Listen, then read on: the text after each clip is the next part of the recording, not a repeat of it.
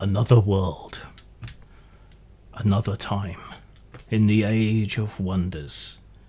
Well, 2009 to be precise, just before everything went to shit.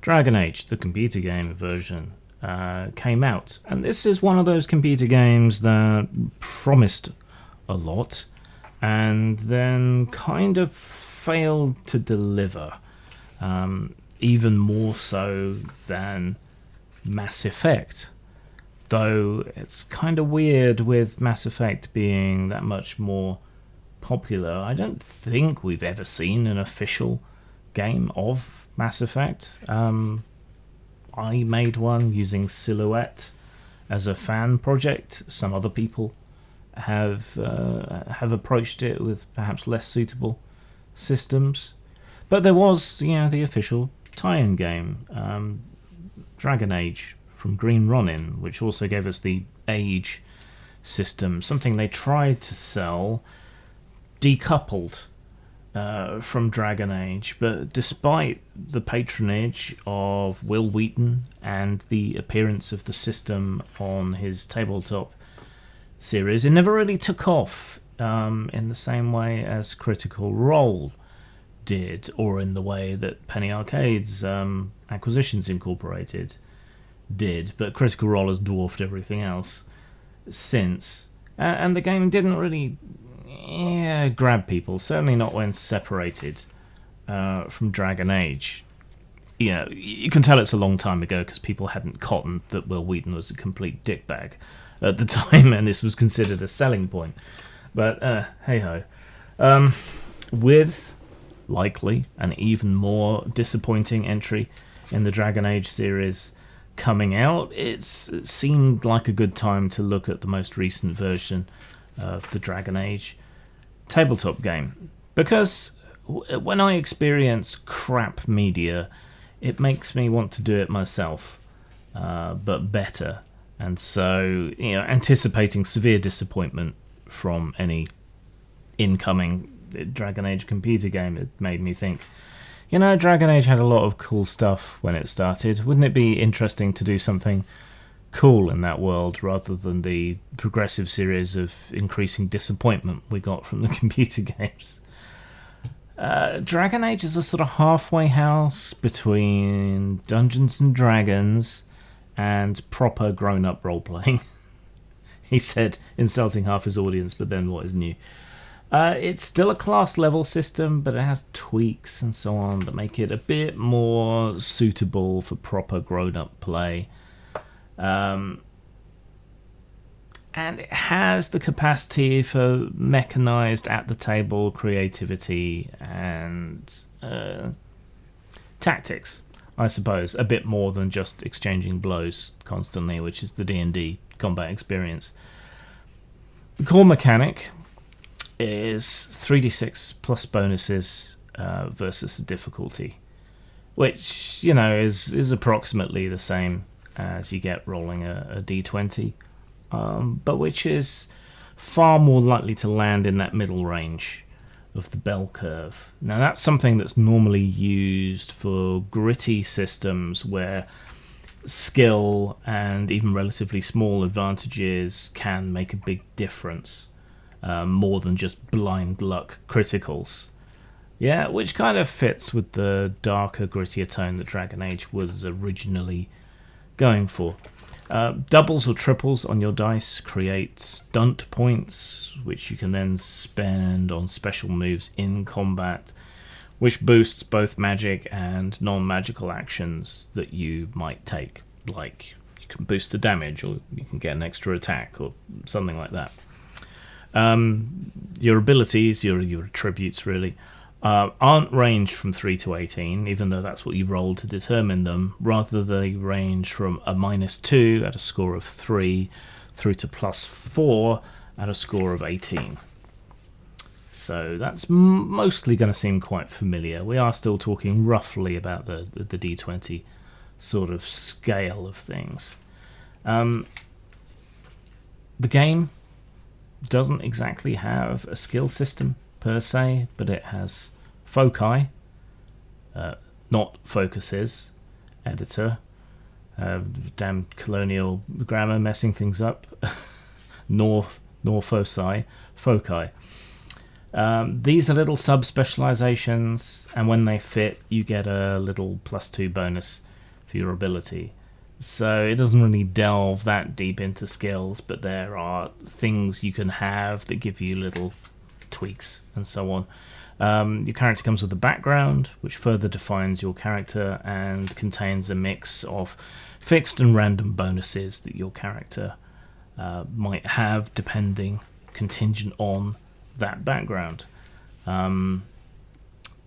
Some people love random character generation in that way, other people don't. There's nothing really to stop you from choosing if you so prefer, though that will tend to lead to min-maxing.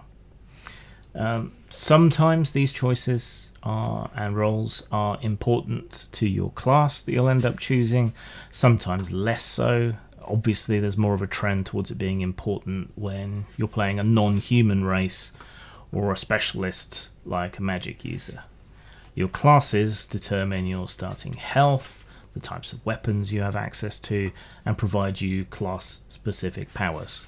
So that, for example, a level 1 mage gets 20 plus constitution ability rating plus 1d6 health. Rogues get access to bows, brawling, and can use light blades and staves. Level 1 warriors get 2 talents from a list that includes such things as two-handed weapons or archery. So those all give you little tweaks and bonuses, kind of like a skill tree for the character in the computer games, or at least the older computer games. Of those 3 6-sided dice that you roll, one of them is supposed to be the dragon die, which also independently determines your degree of success if you succeed, and breaks ties if 2 people get the same total but a different number on their dragon die. Then the higher dragon die breaks the tie. Past level 6, you can also add your focus specifically to the dragon die result, so that takes your maximum possible success on the dragon die from 6 to 8, for example. The kind of difficulty levels we're talking about are mostly familiar and intuitive, but maybe offset by like 2 or 3. Overall, things are perhaps a little bit easier to do than in standard D20 based games. All the difficulties are odd numbers, running from difficulty 7 routine to difficulty 21 impossible. So, roughly corresponding to the 5 to 20/25 sort of difficulties that you're talking about in D&D. In combat, you have an action economy. You get 2 actions, one minor, one major. Major ones being, a fully proper focused attack, sprinting, and so on, and minor ones being basic moves, readying weapons, aiming, and so on. Armor reduces damage, which is my preference, rather than making it harder for you to be hit. Leather armor, for example, reduces any damage you take by 3, full plate by 10, while shields are more used for deflections. They make you harder to hit. A dagger, meanwhile, does 1d6 plus 1 base damage, maybe 3d6 plus 1 with a good stunt roll. Even so, you're going to end up hacking at even fairly weak baddies for quite a while in order to bring them down, unless you get lucky on the stunts. And those stunts happen when you roll a double, or you get stunt points equal to the dragon die result, and then you can then spend those points immediately to do something cool in combat. There's a few universal ones, but you do have to use them right away rather than storing them up. And you can only do each stunt once per turn until you run out of stunt points. There are extra stunts available to certain classes and so on, and as Games Master, I think I would be tempted to allow a certain amount of freeform stuff to go on, but they range in cost from 1, for example, skirmish, move yourself or your enemy 2 yards per stunt point you spend, to 3 points for a lightning attack, which lets you make a second attack. We already covered foci, but there are also talents for characters, which are a bit more like skills than the foci are, but they tend to be very adventurer oriented. Talents can be taken in 3 levels. You've got novice, journeyman, and master. For example, a novice archer gets +2 to their attack roll for aiming as a minor action instead of +1. So they're all fairly slight and very focused in the game. You can't like turn yourself into a brilliant crafter by taking those kind of things. It's just kind of absent, really.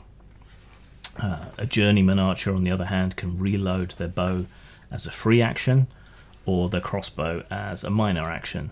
And a master archer can do an extra attack by spending 2 stunt points instead of 3, but must also spend for a rapid reload in order to make it work, which I think is 1 point. So it ends up being the same cost as extra attacks for something else, but it just enables you to fire off a bunch of arrows with your bow.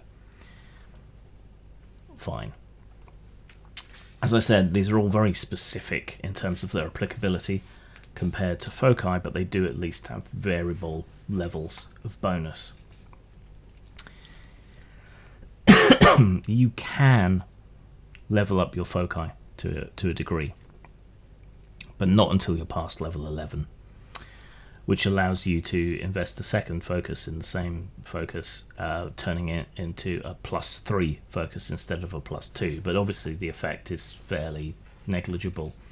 You can't really create super skilled characters because they have to be super statted characters as well to reflect it. So some fresh-faced adventurer who has only just, taken up, I don't know, wood carving, but has a higher applicable stat level is going to be better at it than J random villager at the age of 70 who's been doing it all his life, but isn't quite as dexterous. So it's hard to reflect a skilled person, at least with the vanilla rules as written.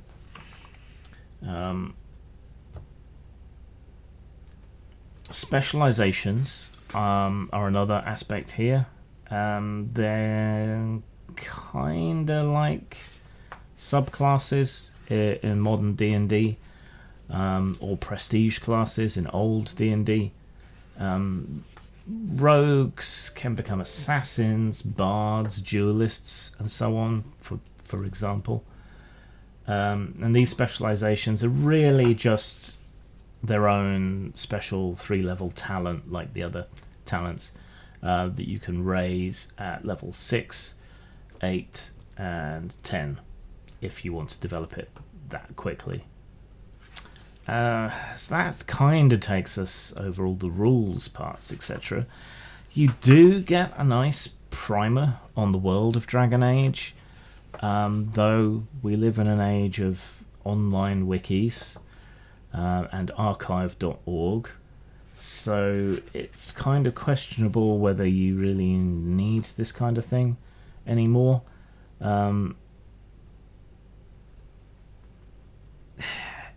This kind of world information is probably less necessary when we're talking about tie-in properties, an RPG of a series or a computer game or something. But having it in hard copy is still a good hedge against hosts going offline, and bits of the internet do disappear despite archive.org. The game also covers a lot of rules ground very well throughout its pages. Mass battle rules, organization rules, largely it is sufficient and fulsome as a core book to cover everything that you need for most games, I think, and it gives you a solid basis upon which to make up your own shit, really. And I'm kind of done there, and I'm only about halfway through the book, which does have a nice map as well in the back. It's, getting on for 450 pages, and I've basically told you everything. So, I guess there's Games Master advice in here as well, which is it's nice. It's a little cutesy. It identifies certain players as problem players, which a fair few games do these days. I don't know that any of these problem players are necessarily problem players, besides the griefer, who is someone that just makes everyone else's jobs difficult and their enjoyment more fleeting. But the other things are just different styles of players who get different things from the game. So I think the advice could have been better if it's, how to make your wallflower player happier, or if there's a player who really loves the spotlight, how do you reward them without pissing everybody else off? I think it could have taken a more constructive rather than prescriptive sort of approach there. But despite not being all the way through the book, I guess we can move to the scores. The style is good, as you'd expect, with access, one hopes, to concept art from the various games and other resources from the computer games of the computer game company. So style-wise, it's a nice semi-dark fantasy. I think the Dragon Age series has kind of moved away from its 2009 origins, where it was tackling things like racism and so on in a very interesting and upfront way. That is just not the style anymore, I guess, and it feels like it's kind of backed away from that quite a bit. But artwork and layout, certainly. It's parchment look without being intrusive. Layout's largely readable. Maybe the font's a little bit small for some people, but it helps that it's a serif font, which makes the letters more recognizable. Yeah, all in all, I think I'd give it a solid 4 out of 5 when it comes to presentation, when it comes to style. Substance, pretty good. There is a lot here. So it's good. Yeah, unless you're doing a huge spanning campaign, I think the core book should be enough for you. And it feels as complete, but perhaps more wordy than old school games.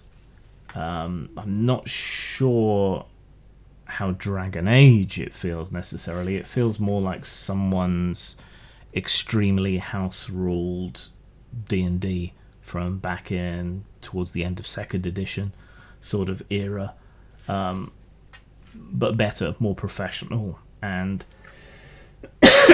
it covers a hell of a lot of ground. Maybe only the bestiary is a little bit lacking in a core book, but I'm sure they've got a supplement or something with more critters and so on. And if you're doing a blight focused game, you certainly have plenty.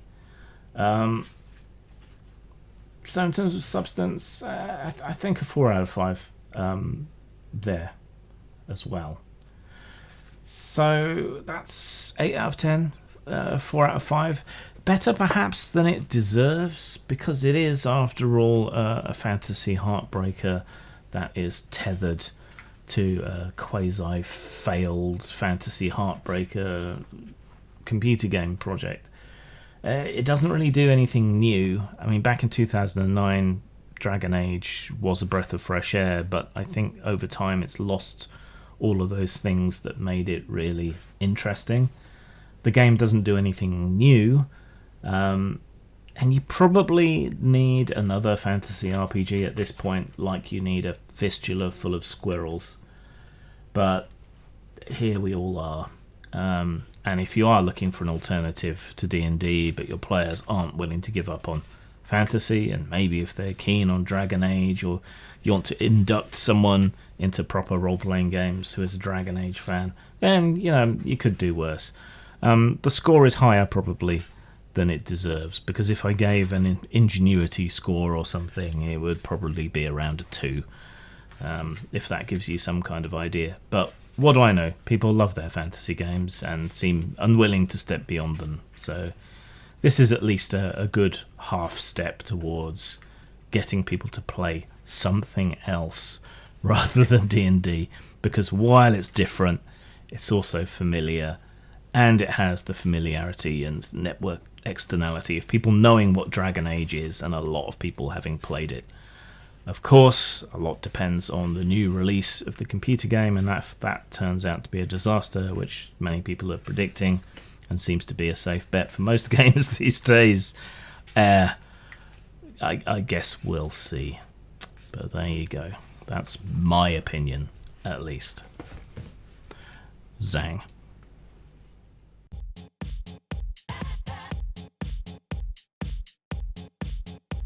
Bitch. Where's my money? If you want to help me out, you can subscribe to me on Patreon, which is Grimachu, on Subscribestar, which is Grim-Jim, or if you want to make a one-off donation to help support me and keep the channel going, you can do so at paypal.me, J. Desborough.